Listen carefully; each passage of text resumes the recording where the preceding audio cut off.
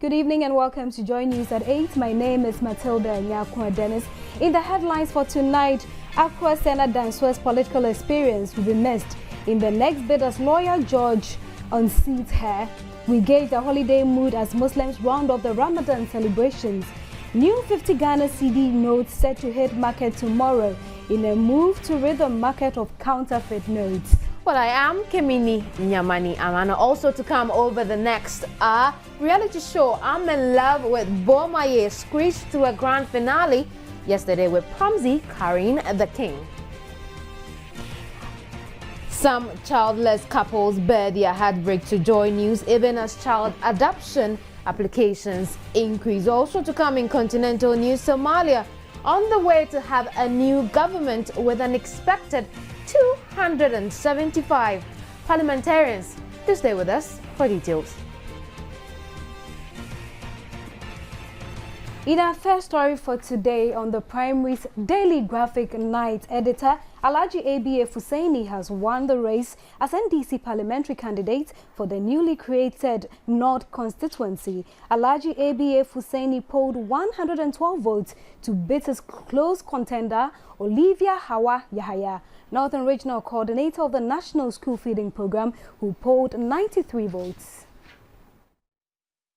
Deputy Minister for Women and Children Affairs, Hajia Boya Gariba, had only 10 votes. Richard Andani and Alabira Salifu had 1 and 2 votes respectively.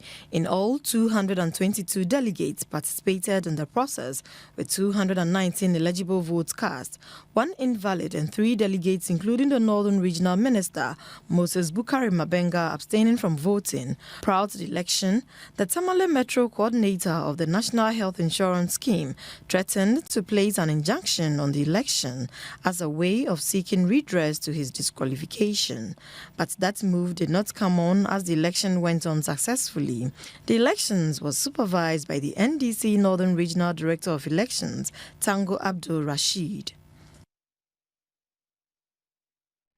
Now, Member of Parliament for Jomoro, Samia Nkrumah, who is also the chairperson of the Convention People's Party, has been given the nod by the party as an unopposed parliamentary candidate to represent the party in the upcoming elections. This was by a popular acclamation at Halfasini in the Jomoro district of the Western region.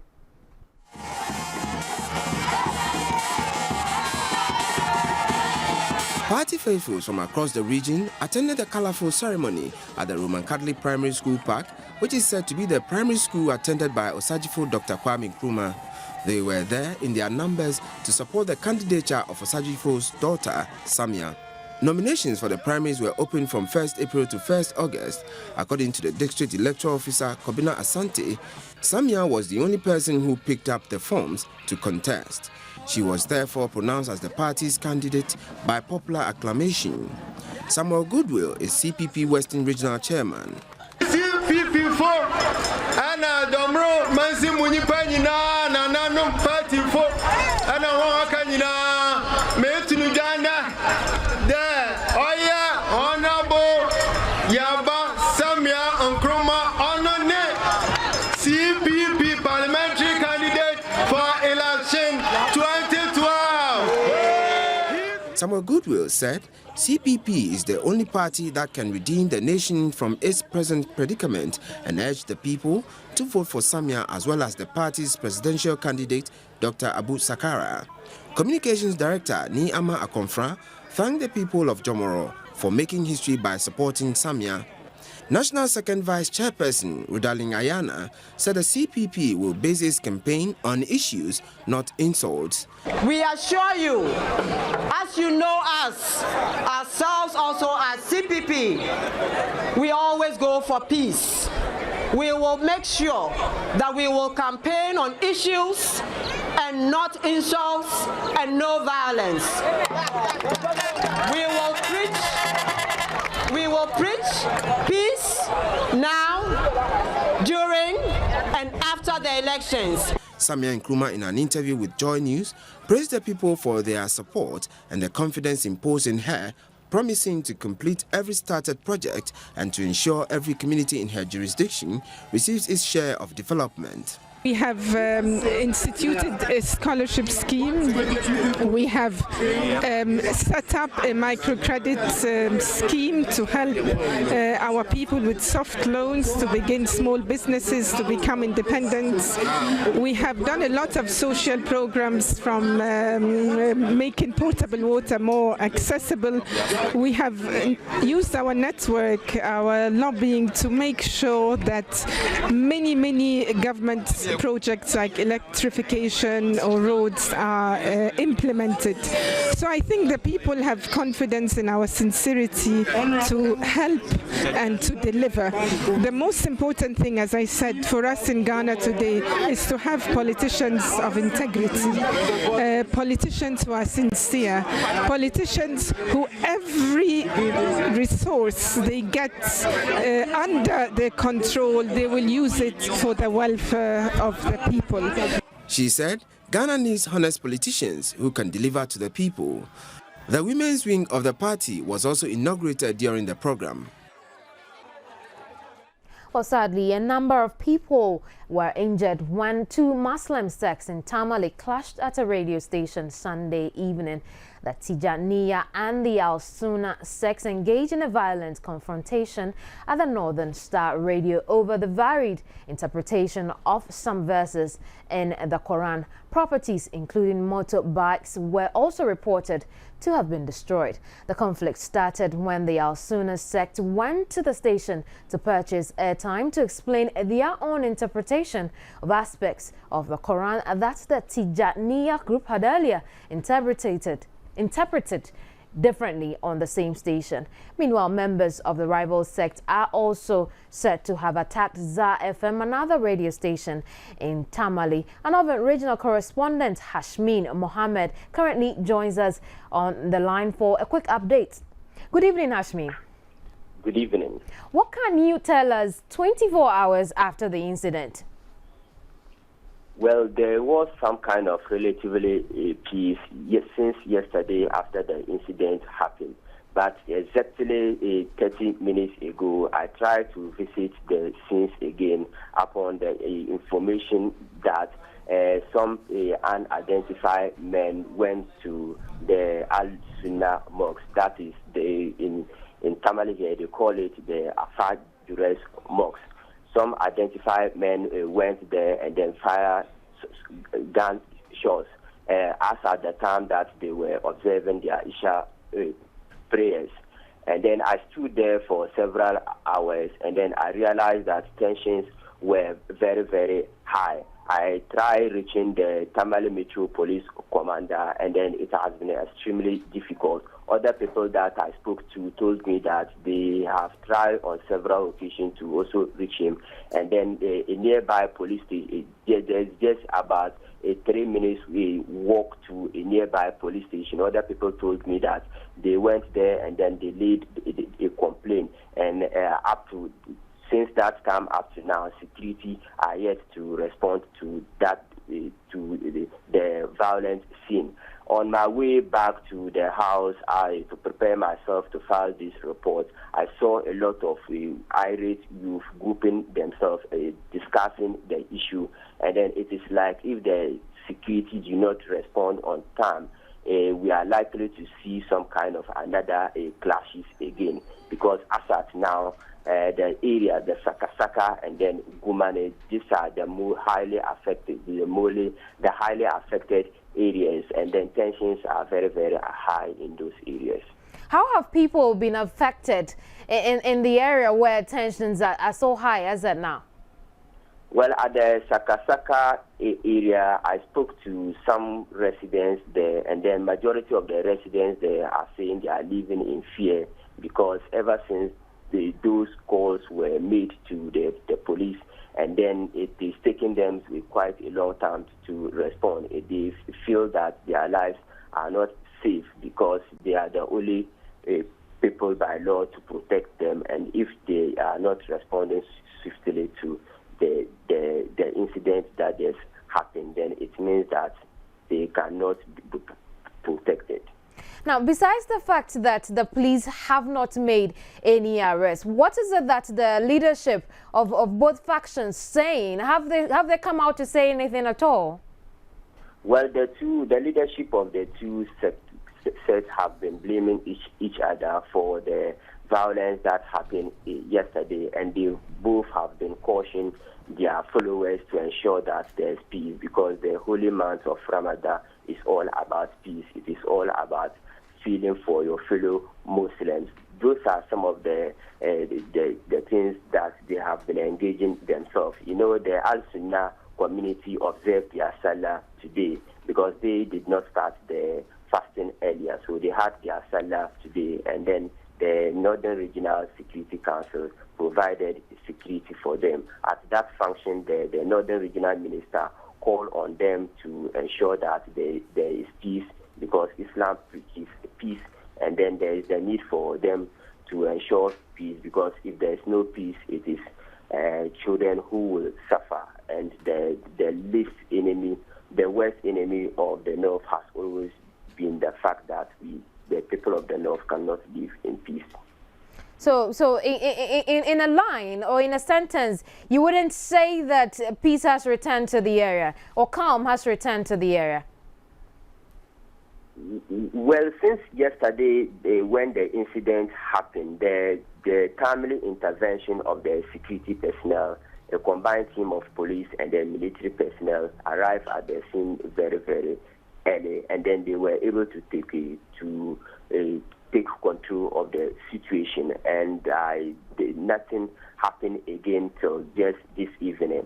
Even just today, I went through a lot of places. People were going to their Salah festivities. All the political parties organized some kind of entertainment, local drumming and dancing, just to celebrate the Salah festivity, until just some few minutes ago when the incident happened again. Right, thank you very much. Hashmin Mohammed is our Northern Regional Correspondent. He's been giving us updates on the clash by two Muslim sects with varying views on the interpretation of the Quran. Sadly, happens when the Eid al-Fitr celebration is ongoing. We hope it does not turn into something else. We move on with some other stories. So still in the bulletin, that Tourism Minister and MP for North Day, Ikwa Sana Danswa, has been defeated in the NDC parliamentary primaries held in the constituency in the Volta region. She lost by 12 votes to George Law, member of the NDC legal team and once a legal advisor to the former Attorney General, Mrs. Betty Maud Idrisu.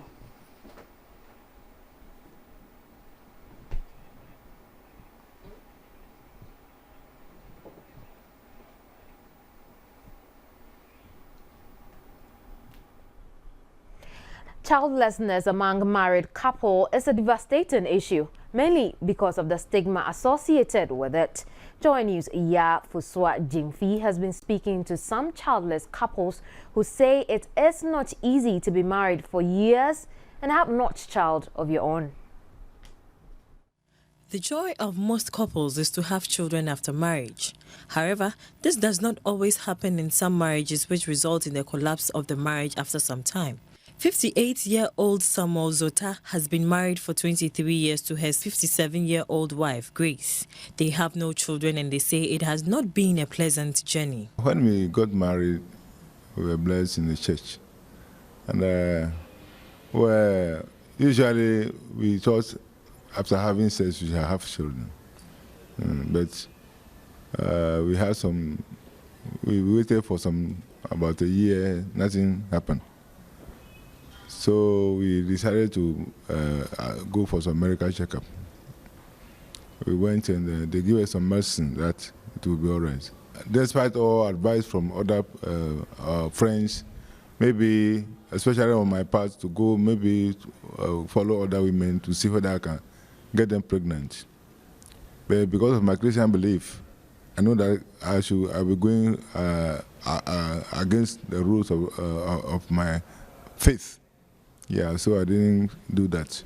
Childless couples, due to societal pressure, are not able to manage the situation as barrenness is seen as a taboo in some communities in Ghana. Samuel and Grace have been victims of childless stigmatization. We are trying to adopt or to ask people, other people's children to come and stay with us.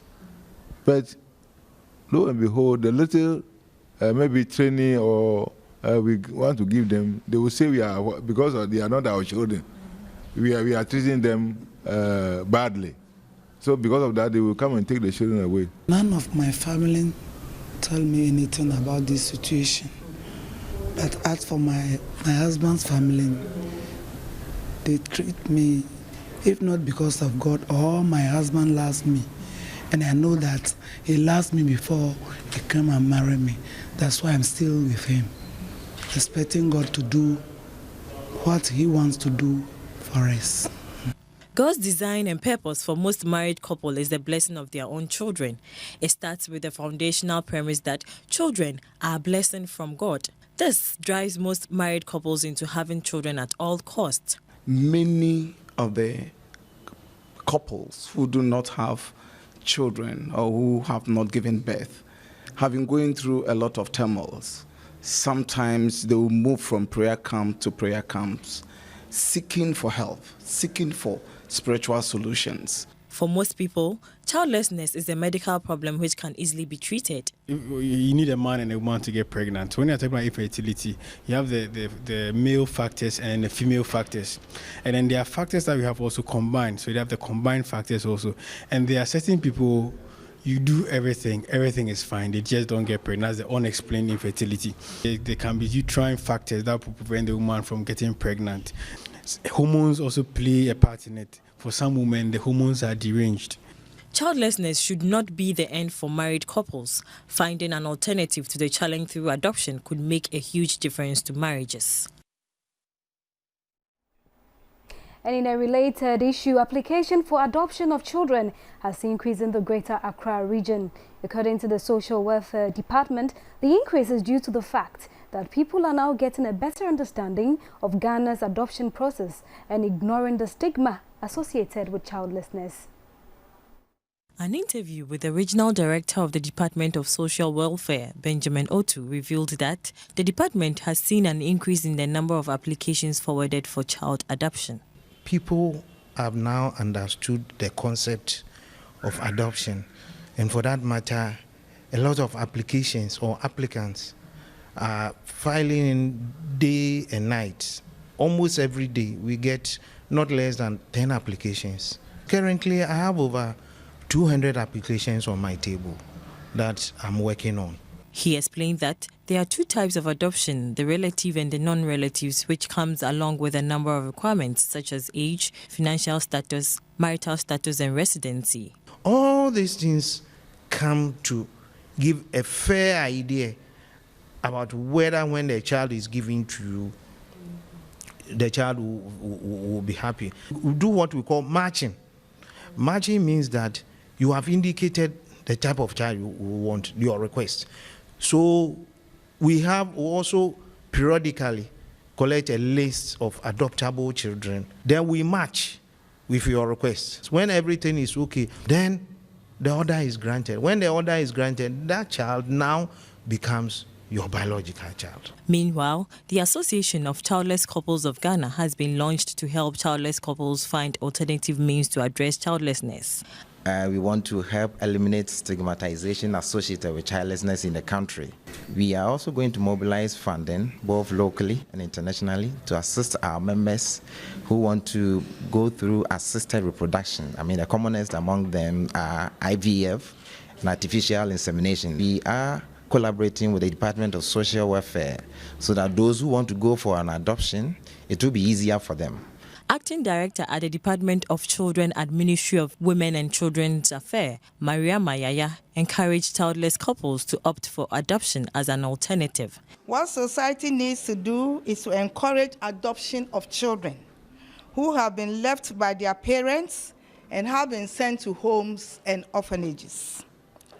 These children in these homes and orphanages need the care of parents and need to feel the family environment which will create a sense of security, which invariably would help them to grow up to be responsible adults in future and a benefit to society as a whole.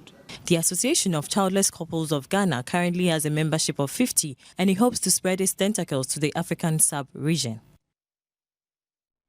You're watching Joy News at 8. A lot more stories to come. Don't go away. Welcome back. You're still watching Joy News at 8.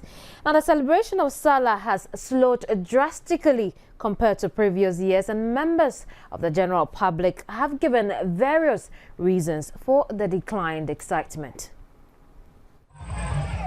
Celebration of Salah holidays in the Zongos in Ghana is usually characterized by a lot of fanfare and parties on the streets. Families are usually seen showcasing their new dresses as they walk along the streets.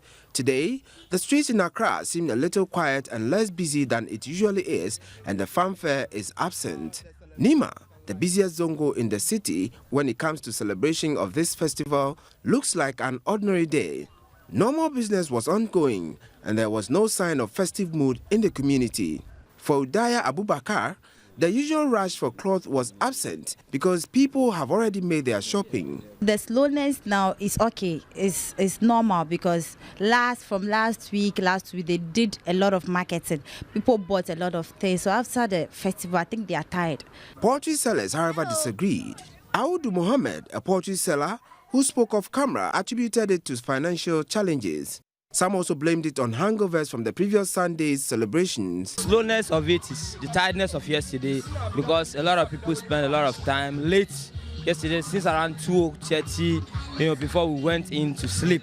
The story was no different at Medina, as the usual dancing characterized with the Salah was absent. People sat quietly in front of their houses and shops. They were, however, disappointed with the situation they find themselves in. This Zongo, we don't have any entertainment in the environment. Our environment is too bad. As we can see the gutter here, no development. Our MP is not doing well. To couple with also financial issue, probably some of them are not financially sound to be able to celebrate it the way they want it. Others blame the quiet celebration on the death of President Mills and the hangover from last night's celebrations. Yesterday, the tiredness. Everybody is tired, so everybody is relaxing today because of the holidays. But most of the NDC supporters mostly are in the Zongo communities. So, the death of the president has really, touched them. So I believe it might be a cost.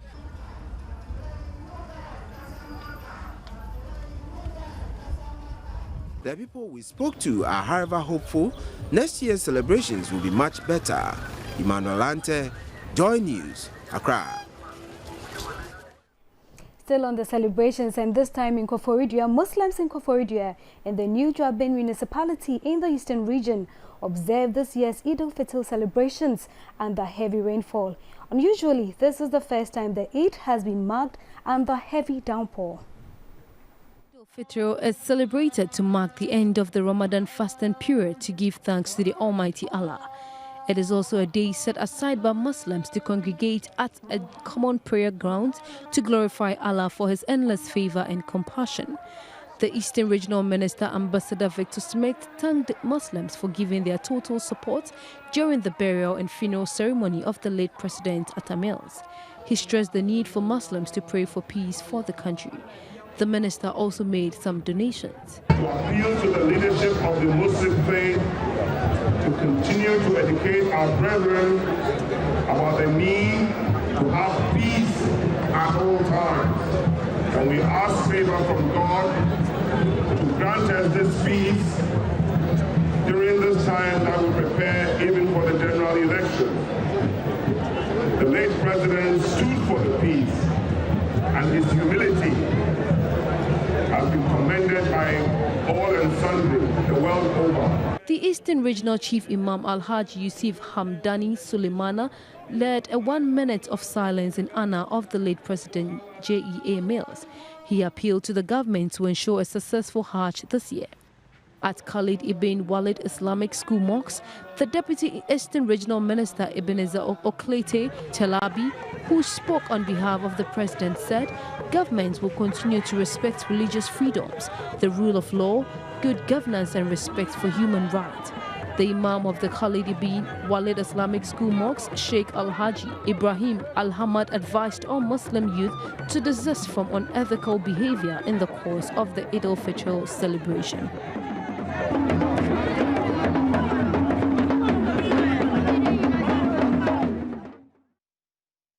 Away from the celebrations, the flag bearer of the new patriotic party, Nana Addo Dankwa Akufo-Addo, takes his turn at the IEA evening encounter to spell out his agenda for Ghanaians. Originally, he was scheduled for Tuesday, August 7, but was cancelled because of the demise of late President J.E.A. Mills. He faces the Institute of Economic Affairs tomorrow. Now, on the line now is the spokesperson for Nana Addo Dankwa Akufo-Addo, Mustafa Hamid. Good evening, Mustafa. Good evening. Good evening. How are you today? Well, inshallah, I'm well. Okay. Now, Mustafa, tomorrow is the D-Day. How prepared is Nana Addo? Well, of course, I mean, he has to be prepared, and indeed he is very well prepared. Okay, so if you say he's prepared, what should we expect from your candidate? Well, to summarize, he would basically be talking about his vision for Ghana. He would preview it with his experiences. You know, since 2008, Nana Addo has gone around the country about 4 times over. And on these tours, he's gathered a lot of experience. He's met people, he's heard people's stories, and so on and so forth. And these stories have largely shaped his vision and, you know, have helped him formulate his ideas as to how we can move this country forward. You know, and therefore, based on those experiences, he would be laying out his agenda for basically education. I mean, you know that education is a big thing for Nana Addo, so he'll be talking about education, he'll be talking about health, he'll be talking about infrastructure, and then he'll be talking about the transformation of the economy, you know, with the aim of creating a new society of opportunities. So these basically are the highlights that I can give you for now. Oh, okay. So, no, Nana Addo rescheduled the evening encounter because of the sad demise of President Mills. Now, with the change of, you know, President Mahama coming to be the president now, will you say there'll be a change in strategy? Well, I don't know what you mean by a change in strategy, because what I'm talking to you about, I mean, in the last 3.5 years, we've had a Professor Mills administration. And we had the now President Mahama tell us after the death of President Mills that he had been in charge anyway, that these past 3.5 years, President Mills empowered him. He gave him all the power to do everything. He was the head of economic management team, armed forces, police, prisons, everything else. So it means that really he was in charge. I mean, in practice, he was in charge. So, I mean, nothing changes really. It's the same field team B that is in place. I mean, it's just one person that is dead. And therefore, I don't think that the message changes anyway. So, for us, we would still be highlighting the failures of the NDC administration and also giving an alternative of how we shall do things better, inshallah, when we are given the mandate. Okay, so before you leave us, now, why is the NPP taking this evening encounter so seriously, especially when your biggest rivals, the NDC, have said that they would not participate? Well, we take the Ghanaian people very seriously. And therefore, if you have an opportunity to face the Ghanaian people, who are the ones who are going to ultimately decide who leads them, then it's something that you ought to take seriously. That's the simple thing that I can say. We take every opportunity to sell our message to the Ghanaian people very seriously. And it couldn't be any better than this, to have television coverage for over 1 hour for free. I mean, you can imagine how much money we would have had to pay if we were going to pay from our pockets to have such an opportunity. So that's the reason we take it very seriously. Okay, thank you very much, Mustafa Hamid. He is the spokesperson for Nana Addo Dankwa Akufo-Addo. I'm such the NDC wouldn't want to take, but I don't know if after the demise of our president John Evans at Tamale, they would like to take part now. But it would be lovely to have the NDC to take its turn at the IEA debate. We wish Nana all the best. We will definitely be listening out for what he will be saying, and yes, let's hope that the NDC also takes its turn. But we move on to some other stories. Back to the holiday celebrations. The beach seems the most likely place friends and family will spend their holidays. But for some holiday makers, the right place to be is the zoo. On Eid al-Fitr's holiday, Joy News joined some families at the Accra Zoo inside the Achimota forest to hang out with some animals, perhaps. The families who spent a few hours at the zoo toured the cages of about 24 different animals, ranging from monkeys, camel, warthog, royal python, crocodile, ostriches, bushback, hyena, raccoon, tortoise, and Maxwell duca, to a wide variety of birds. The monkeys, we were told, have names like Peter, Ape, and Sonia. These excited children even named one of the monkeys Azonto because it had been performing some dance moves similar to Azonto all morning. Of all the places to be today, the family said they chose the zoo because it was a great day to have some animal experience. We really enjoyed ourselves. We had a lot of fun, but I must say it's a bit below my expectation. That is a fact. I wanted to see more because when it was at the Flagstaff House, I was there several times, and there were other animals like tiger, elephant that we saw, and they are all not here. In fact, I was very fascinated about the ostriches. That's the first time I've seen some on the television in South Africa and other places, but not here. We went to look at the animals and we discussed what they eat, what they do, and what can make them still be alive.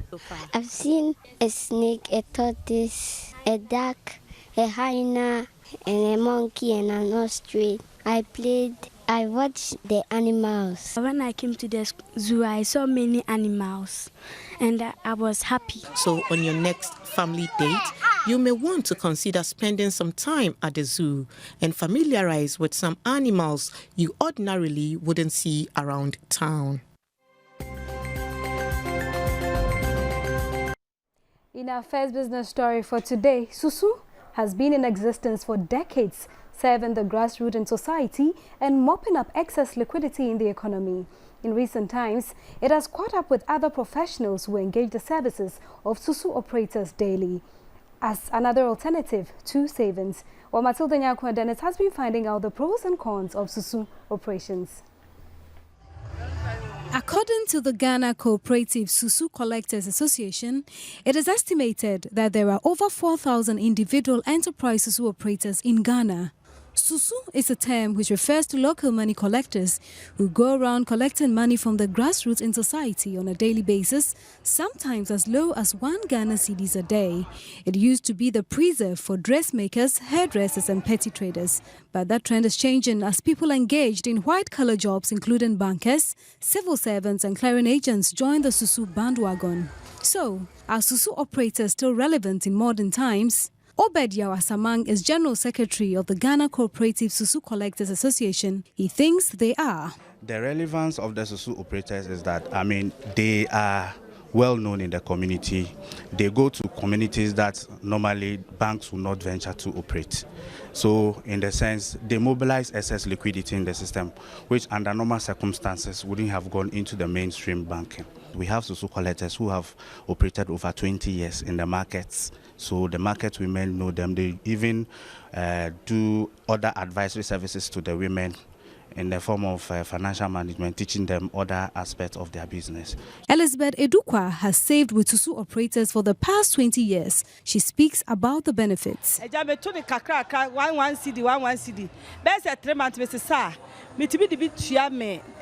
Internal revenue. Me dibi tua AMA. Me tibi dibi tua me ba school fees kakra ansa naija ya di na aka na amena me. Itibi ya boa me pa wo kwan bebre so me to ya che papa almost 20 years ni. And I'm there me baba aquarium secondary school na ketwe nso me gusu to dia ma me ho nchire me bebre. Nonetheless, all is not rosy. Some Susu collectors not registered with the Ghana Cooperative Association have bolted away with clients' hard-earned money. Out of the estimated 4,000, only 450 individual Susu collectors have been registered so far and are subject to the association's regulation. Jonathan Ama-Ayi is the National Treasurer for the Ghana Cooperative Susu Collectors Association. We start from the zones, and the zonal associations grow up under the regional associations before we have our national association, being the Ghana Cooperative Susu Collectors. And in the zones we have the executives who do the regulations, and they make sure their members are doing the work according to our laid down principles. Security escort for the collectors is also a major issue. I asked Favor Gogovi, Greater Accra Regional Managers of the association, how their members are protected from possible robbery attacks. There is no security when it happens like that. Between the banking hall and then the customer, anything can happen. That's why we were only advising that if you are paying certain amounts, then try and discuss it with your clients so that they can take a check and withdraw the money themselves. If not, then there should be some kind of arrangement so that you don't carry so much, so that it will affect the business. She also spoke about the challenge of competition from banks who have descended to the grassroots to offer them loans. The Bank of Ghana recently introduced identity cards, certificates and identification jackets, which the general public is advised to inspect before engaging the services of Susu operators. Still in business, the Ghanaian market for a long time has witnessed many inferior goods affecting businesses in both good and bad ways. There have been various moves by authorities in charge to rid the country of these inferior goods, but they continue to flood the markets. Joy News went to the market to gauge how the influx is affecting businesses. Checking the influx of substandard goods into the country is no new. There have been numerous measures, including new laws aimed at stopping the influx of substandard and inferior goods. While the Ghana Standards Authority is charged with regulating standards in the country, other public institutions such as the Ghana Immigration Service and the Customs, Excise and Preventive Services ensure that goods and other items imported meet the nation's standards. So how do substandard goods make their way onto the market, and what are their effects? Danso, a trader, tells us how they affect his business. So, I'm at your top fake one this already, and it's a friends there. Can you bear comparison like a price never one? Your penalty say, back of for Norwegian one now, if a bit rich in that, why don't know? Walk of Fadden about Nioka. Now, don't you go so and say, once a walk of a fake original one about him. Not fake one or one or bar, or better than me pay. Maybe a bee is 500, now we're trained. Or better trained than no 500, now was all boca. But for some other traders, inferior goods do not affect their business negatively. Yeah, me toy dear, when say, mammy. I said, Pabuano, Senator said, Ghana for no call beer, China, and they be or Muku Chaba, or Barney board, ya a ton, near ton, yentimin ton. So, China for Suku Chaba, number of Funuku Chaba, or by a fool. Obia bar is the winner bito. Anyway, in a boy, and I went to see a fool. The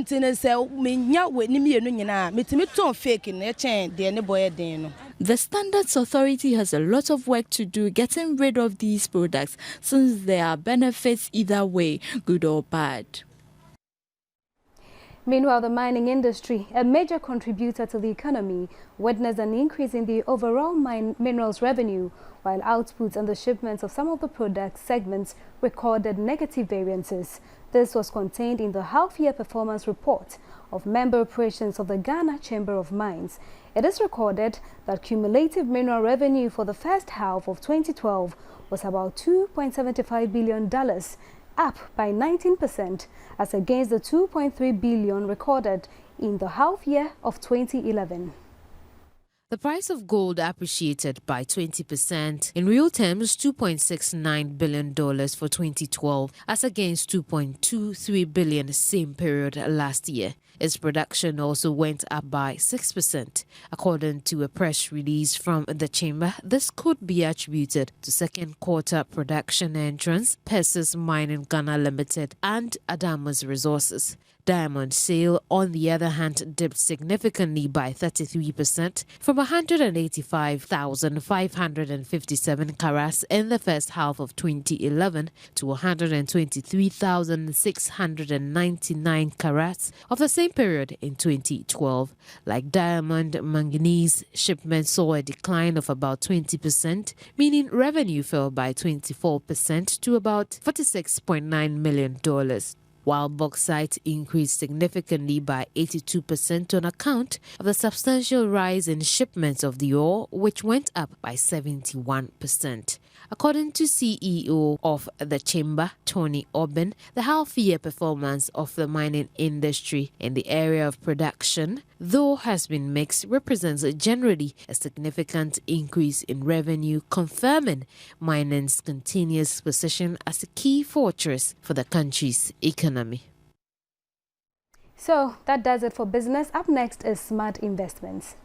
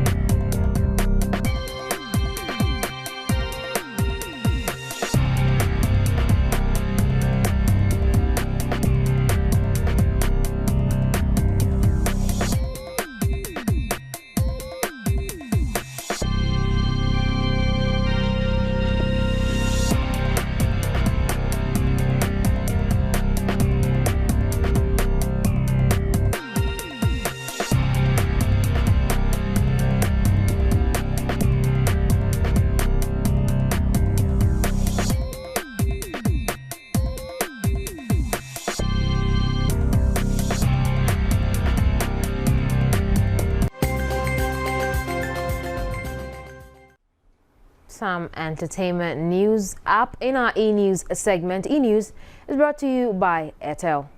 So let's do some fashion, where designers from across Africa assembled at the Accra International Conference Center for 3 days and showcased an impressive collection of unique designs made from African fabrics. Named the Gliss African Fashion Week, the event sought to make Ghana and Africa as a whole more appreciated in the fashion arena across the world. It has been 3 days of Gliss Fashion at the International Conference Center. The Gliss Fashion Week opened with an exhibition of some African merchandise, which included dresses, jewelry, shoes, and bags. The 3 days saw African fashion designers displaying their craft on the runway. All designers proved that they deserved to be on the runway, from Akushi Clothing, Felicien Casterman, Pearl Amoa, Black Pepper, Inchia Designs, Gio Ali, Aya Morrison, SA4A, House of Farah, Wanassamble Clothing, Modella Couture, Ophelia Crossland, Mina Evans, Abayat Dake, and Culture Apparel. From all over West Africa displayed style. These young Ghanaian twins had their designs on the runway. Say they felt proud watching the audience applaud their couture. It was amazing. It was an amazing feeling. We were so excited. We worked so hard in putting this collection together. So just to see the final product was just breathtaking for us too. And the models definitely worked the runway, so we were definitely excited about that. We will be working on our other collection But yes, we're so excited to see all the other designers and just seeing what everyone else has to offer. Some patrons also expressed their views about the event. I think the fashions were beautiful, and I think it's great that we have things like this going on in Ghana. This is really promising to show that we can do more things than just everybody looking at African print and think that's all that we can do. We can actually be real fashion people. Really loved it, and I can't wait for tomorrow and Sunday also. I love all the designs and the designers. You could tell they really worked very hard on it. So congratulations to all the designers. The organizing was really, really beautiful, and I believe that if we can continue with the good work, as it has, like we started tonight, we're going to get very, very far. 3-day Glaze Africa Fashion Week, according to the organizers, has come to stay, and it will be an annual event. The event also saw some seasoned Ghanaian musicians mesmerize the fashion lovers who had gathered there with their sleek voices. Awards were also presented to some fashion designers and models. We definitely are grateful for your company, staying through 60 minutes of insightful news with us here on Joy News at 8. But this is where we get to say goodbye. Don't worry, there's more news at 11 p.m. In the meantime, I am Kimini Nyamani Amano. And she has been with me, Matilda Nyakwa Dennis. Have a good evening.